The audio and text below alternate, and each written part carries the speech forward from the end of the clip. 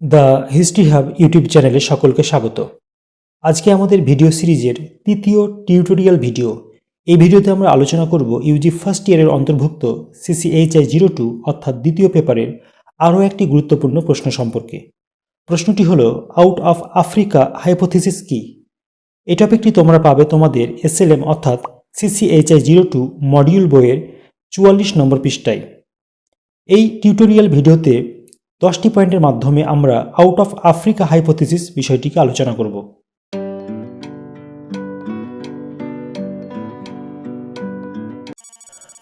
চলো শুরু করা যাক আজকের ক্লাস। আজকের প্রশ্নটি হলো, আউট অফ আফ্রিকা হাইপোথিসিস কি? উত্তরের প্রথমে আমরা সংক্ষেপে আলোচনা করে নেব ভূমিকা। আউট অফ আফ্রিকা হাইপোথিসিস হল মানব সভ্যতার বিবর্তন ও বিকাশের একটি বহুল স্বীকৃত তত্ত্ব। এ তত্ত্ব প্রস্তাব করে যে হোমোসাপিয়েন্স অর্থাৎ শরীরবৃত্তীয়ভাবে আধুনিক মানুষ সর্বপ্রথম আফ্রিকায় উদ্ভব হয়েছিল এবং তারপরে পৃথিবীর অন্যান্য অংশে ছড়িয়ে পড়ে। এই হাইপোথিসিসটি প্রথমবার ক্রিস্টোফার স্টিংবার্গ এবং অ্যান্ড্রু এবেরি দ্বারা প্রস্তুত করা হয়েছিল। আরও একবার বলি, আউট অফ আফ্রিকা হাইপোথিসিস হল মানব সভ্যতার বিবর্তন ও বিকাশের একটি বহুল স্বীকৃত তত্ত্ব। এ তত্ত্ব প্রস্তাব করে যে হোমোসাপিয়েন্স অর্থাৎ আধুনিক মানুষের সর্বপ্রথম উদ্ভব হয়েছিল আফ্রিকায় এবং তারপরে পৃথিবীর অন্যান্য অংশে ছড়িয়ে পড়ে। তোমরা অনেকেই প্রশ্ন করতে পারো, হাইপোথিসিস মানে কি?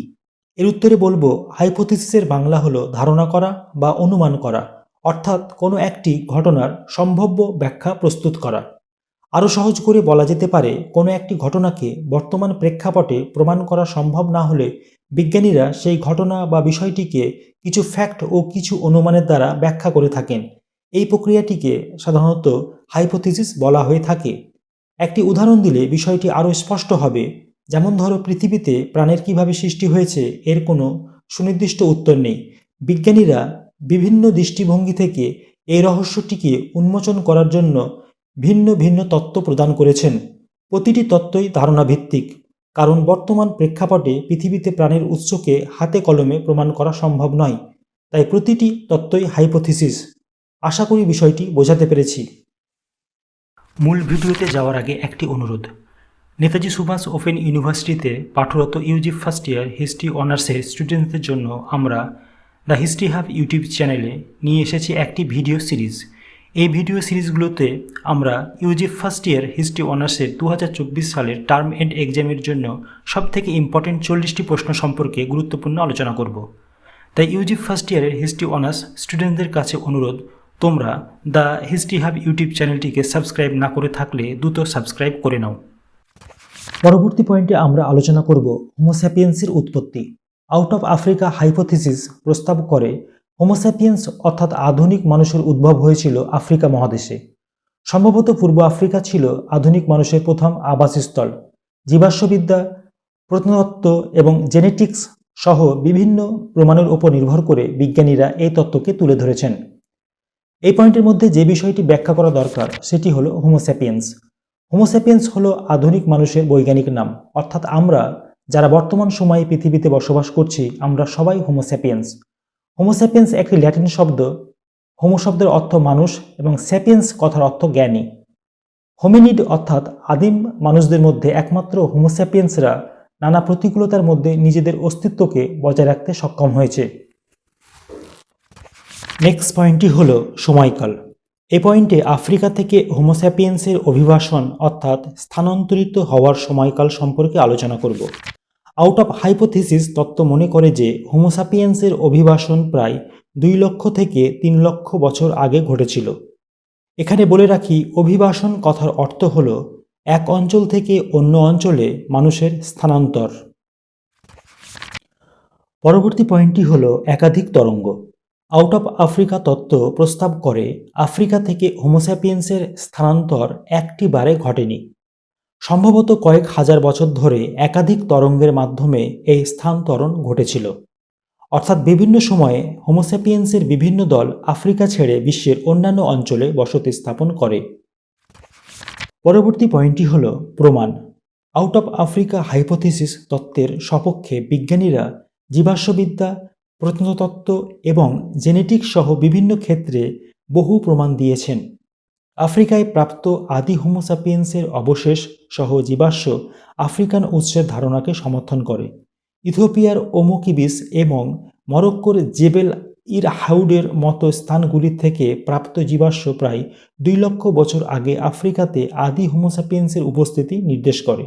জেনেটিক অধ্যয়ন, বিশেষ করে মাইটোকন্ড্রিয়াল ডিএনএ এবং ওয়াই ক্রোমোজোমের বিশ্লেষণ এই হাইপোথিসিসকে সমর্থন করে।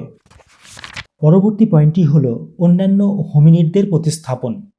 আউট অফ আফ্রিকা হাইপোথিসিস তত্ত্ব অনুমান করে যে হোমোস্যাপিয়েন্সরা আফ্রিকা থেকে স্থানান্তরিত হওয়ার সাথে সাথে তারা ধীরে ধীরে অন্য অঞ্চলে বিদ্যমান হোমিনিড অর্থাৎ অন্যান্য প্রজাতির আদিম মানুষদের যেমন ইউরোপের নিয়ান্ডারথাল এবং এশিয়ার ডেনিসোভানদের প্রতিস্থাপন করে তাদের স্থানগুলি দখল করে। তবে হোমোস্যাপিয়েন্স এবং অন্যান্য হোমিনিড প্রজাতির মধ্যে কিছু অন্তঃপ্রজননের প্রমাণও রয়েছে।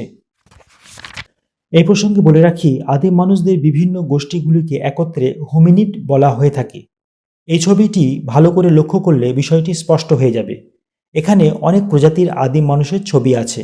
এদের মধ্যে অন্যতম হল Homo sapiens, Homo Neanderthal, Homo erectus, Homo habilis ইত্যাদি।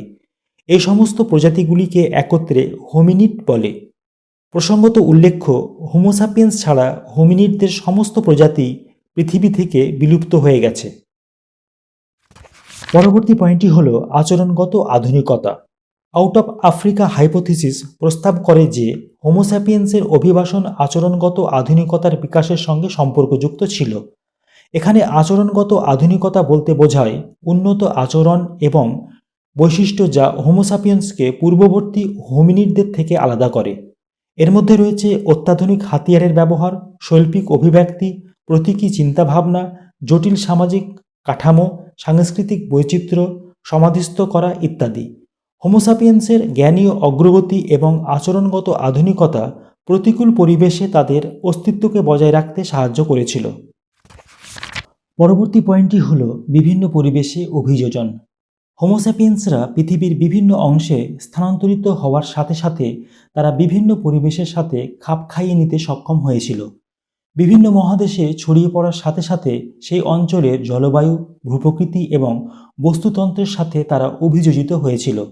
বৈচিত্র্যময় এবং প্রতিকূল পরিবেশের সাথে খাপ খাইয়ে নেওয়ার ক্ষেত্রে হোমোস্যাপিয়েন্সের সাফল্য তাদের আদি মানবগোষ্ঠীর শিখরে প্রতিষ্ঠিত করেছিল। পরবর্তী পয়েন্টে আমরা আলোচনা করব আউট অফ আফ্রিকা হাইপোথিসিসের সীমাবদ্ধতা। আউট অফ আফ্রিকা হাইপোথিসিস যদিও ব্যাপকভাবে গৃহীত, তবুও এর মধ্যে কিছু সীমাবদ্ধতা রয়েছে। এর মধ্যে অন্যতম হল আউট অফ আফ্রিকা হাইপোথিসিস হোমোস্যাপিয়েন্সের সাথে অন্যান্য হোমিনিডদের অন্তঃপ্রজননকে অস্বীকার করে। কিন্তু বর্তমানকালের গবেষণায় হোমোস্যাপিয়েন্সের সাথে অন্যান্য হোমিনিডদের, বিশেষ করে নিয়ান্ডারথাল এবং ডেনিসোভানদের অন্তঃপ্রজননের প্রমাণ পাওয়া গেছে। তাছাড়া একাধিক স্থানান্তরের ঘটনাগুলির প্রমাণ, আঞ্চলিক জনসংখ্যার ধারাবাহিকতা, মানব বিবর্তনের জটিলতা, পরিবেশগত প্রভাব, জীবাশ্ম রেকর্ডের ফাঁক এবং ডেটিং ইভেন্টগুলিতে সময়গত অসঙ্গতি এই তত্ত্বের অন্যতম সীমাবদ্ধতা। অন্তিম পর্বে আমরা আলোচনা করব উপসংহার। আউট অফ আফ্রিকা হাইপোথিসিস মানব সভ্যতার বিবর্তনের ইতিহাস অধ্যয়নের ক্ষেত্রে একটি গুরুত্বপূর্ণ তত্ত্ব। এ তত্ত্বের মধ্যে কিছু সীমাবদ্ধতা থাকলেও এটি হোমোসাপিয়েন্সের উদ্ভব ও বিকাশের অধ্যয়নের ক্ষেত্রে সর্বাপেক্ষা গ্রহণযোগ্য ধারণা দান করেছে। আজকের আলোচ্য বিষয়টির পিডিএফ কপি পেতে ডেসক্রিপশনে দেওয়া আমাদের হোয়াটসঅ্যাপ অথবা টেলিগ্রাম গ্রুপে জয়েন করো। ভিডিওগুলি কেমন লাগছে সে বিষয়ে কমেন্ট সেকশনে জানাবে। ভিডিওগুলি ভালো লাগলে লাইক ও শেয়ার করো এবং সাবস্ক্রাইব না করা থাকলে দ্য হিস্ট্রি হাব ইউটিউব চ্যানেলটিকে সাবস্ক্রাইব করে নাও। আজকে এ পর্যন্ত। দেখা হবে ভিডিও সিরিজের নেক্সট ভিডিওতে। সঙ্গে থাকার জন্য ধন্যবাদ।